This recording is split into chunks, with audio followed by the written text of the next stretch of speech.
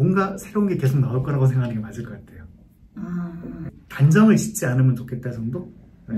과제에 집중을 해가지고 이걸 하기 위해서 내가 뭘 하면 좋을까 사실 찾아서 하다 보면 해야 될 이유가 안 해야 될 이유가 많다 그러면 하면 되는 거라고 생각은 해요. 한계를 짓지 않는 건 되게 좋고요. 그 조직 입장에서는 이제 서로 돌려막기 할 수가 있죠. 개발도 많이 하셨고, 그다음에 엔지니어로 굉장히 오래 하셨고, 지금 뭐 강의도 많이 하시고, 시장님이 생각하시기에 이제 개발자가 가져야 되는 소양은 어떤 거예요? 비전공자인 경우도 이제 취업을 하려고 이제 막 이 개발자가 좋다 막 이런 친구들도 있지만, 취업이 목적으로 이제 이직하는 경우도 있고, 복수 전공도 되게 많이 하거든요. 대학에서. 네. 그런 사장님이 생각하시기에 개발자들 이런 면들이 있는 사람이 좀 롱런하고 재밌게 일하고 산다. 지금 이제 완전히 세상이 바뀌어 있으니까 코드를 뭐 서로 주고받고 막 이제 이런 것들 비밀이 더 이상 없는 그럼요. 이런 세상으로 펼쳐져 버렸는데, 그리고 앞으로는 더 그럴 테고요. 그리고 한계를 짓지 않는 건 되게 좋고요.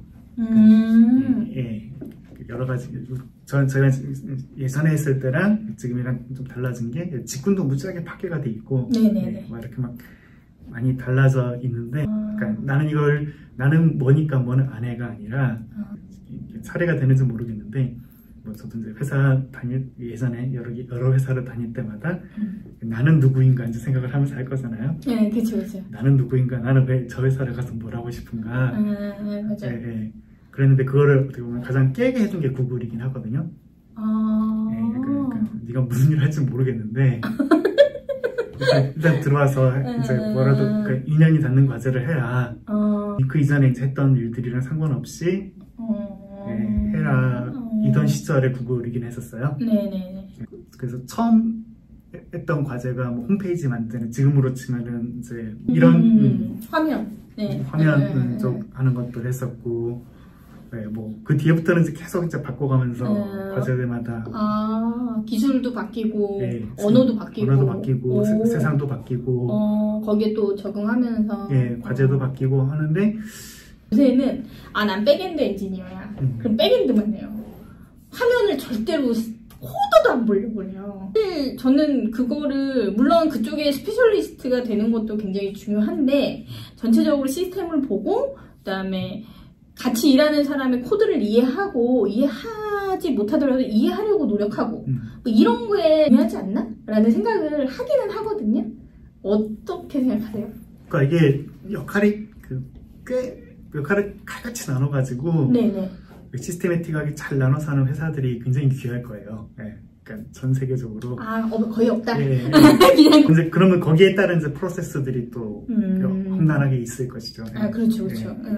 이제 그러면 이제 거기에 따른 지수들이 그만큼 또 배워야겠죠. 근데 그게 아니라 그러면 과제에 집중을 해가지고 이걸 하기 위해서 내가 뭘 하면 좋을까 사실 찾아서 하다 보면 해야 될 이유가 안 해야 될 이유가 많다 그러면 하면 되는 거라고 생각은 해요. 좋은 말씀이시네요. 뭐 아까 말씀대로 뭐 나는 프론트니까 백엔드니까 문제 이런 거지만 사실 저 친구가 휴가 가면 내가 어떻게 도와줄까 이런 것들이 사실 굉장히 좋은 핑계잖아요.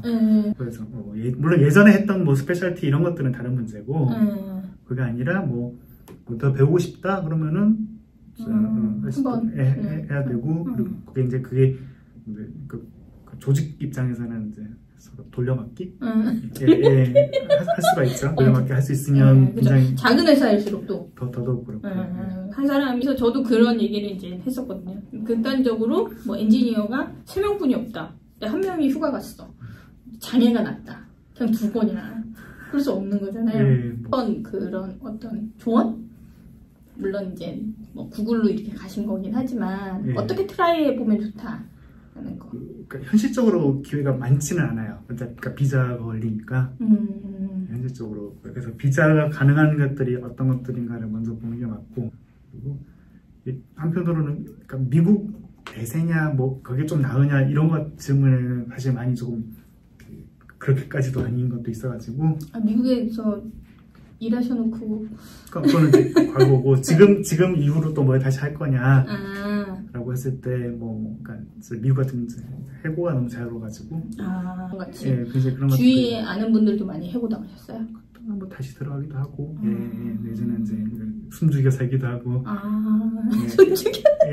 예전이랑 되게 막 다른 것도 있고, 그리고 이제 뭘 이제 다이나믹하게 해보기에는 사실 좀 적절한, 그러니까 미국 중에서도 이제 실리콘밸리주의 그런 쪽은 아니기도 해서, 그리고 이제 그러니까 대기업의 일원으로 살고 싶다라는 거랑, 내가 내 마음대로 뭔가 해보겠다는 거랑 사실 또 다른 삶이어가지고.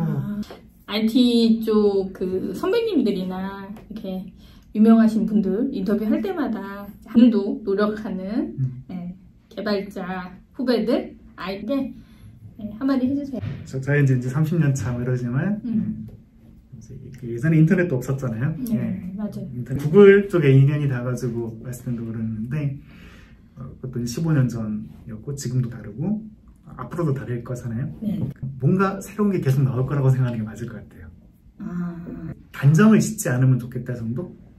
어떤 일이 벌어질지 모르고 그냥 어딜 가더라도 뭐 절반의 시간은 뭘 계속 배울 거다. 사실 그게 뭐가 되든지 좋은데 근데 저도 그렇지만 앞으로 20년 더 현업에서 일을 하고 있으려고 하는데 그래서 그 굉장히 조그맣게 이렇게 사이클을 겪지 않았으면 좋겠다.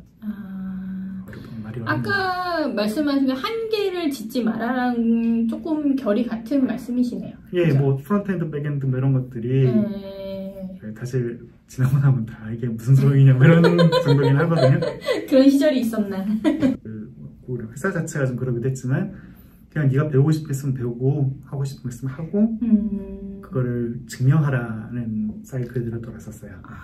뭘 하면 안 돼라기보다는 그냥 하면 돼요. 그리고 이제 거기에 이제 그 회사의 문화 자체가 예를 들면 코드가 내가 오너인데 누가 리뷰를 요청을 하면 뭐 24시간 이에 답변을 해줘야 되고 이런 식의 합리적으로 이렇게 이런 것들을 서로를 도와주는 문화들이 굉장히 도움이 됐던 것 같고 저도 뭐 지금 회사를 차리든 아니면 다른 분들이 하든 사실 그거는 굉장히 권하는 변화에 계속 또 능동적으로 그리고 사실 한계는 안 지어야 또 변화에 능동적일 수 있는 거죠. 뭐 그렇다고 생각은 해요. 이제 물론 같이 일하는 사람들에서는 이 과제를 내가 이루기 위해서 뭘 하면 좋으냐. 사실 그게 굉장히 넘기 힘든 벽들이 보통은 아닐 거거든요. 예를 들면 프론트엔드, 백엔드다 그러면 사실 뭐 좀 그 같은 과제를 하는 쪽에 프론트엔드, 백엔드면 사실 거기서 거기일 수 있고 혹은 같이 그 변화하는 것들에 대해서 내가 항상 열린 마음으로 보고 있어야 그걸 또 받아들일 수 있다. 오늘 너무 재밌는 얘기 많이 해서 저는 너무 재밌었습니다. 다음에 한국 오시면 또 한번 나와주세요. 뭐 재미난 토픽 많이 주세요. 이거 마지막으로 그거 하셔야 돼요. 구독, 좋아요 해주세요. 이렇게 하시면 돼요. 구독, 좋아요? 네, 부탁드립니다. 안녕.